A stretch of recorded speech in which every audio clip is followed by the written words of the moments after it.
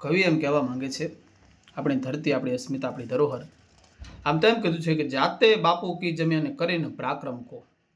પોતાની ધરતીને કોઈ દબાવતા હોય, જ્યારે એમ કહેવાય કે બાપ દાદાની માલ મિલકત ભૂમિ કોઈ બહારનો આવીને રોડતો હોય, એવા સમયે એક પુત્ર બેસી રહે, જે હાથમાં હથિયાર ન લે.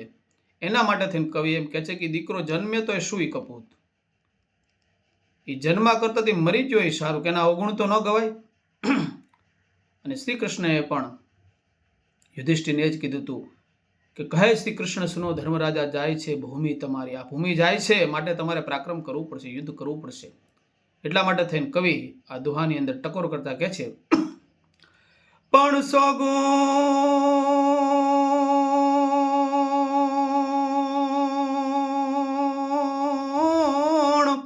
એ જોને સોગુણ સુત જન્મ્યા થકી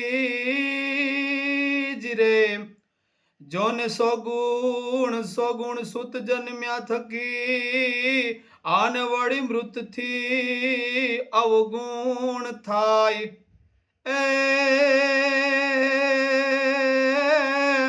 એ જો બાપ કી ભૂમિકા, હરે રે જોને યવાર થકી ચંપાય, જો બાપ કી ભૂમિકા, જોને યવાર થકી ચંપાય.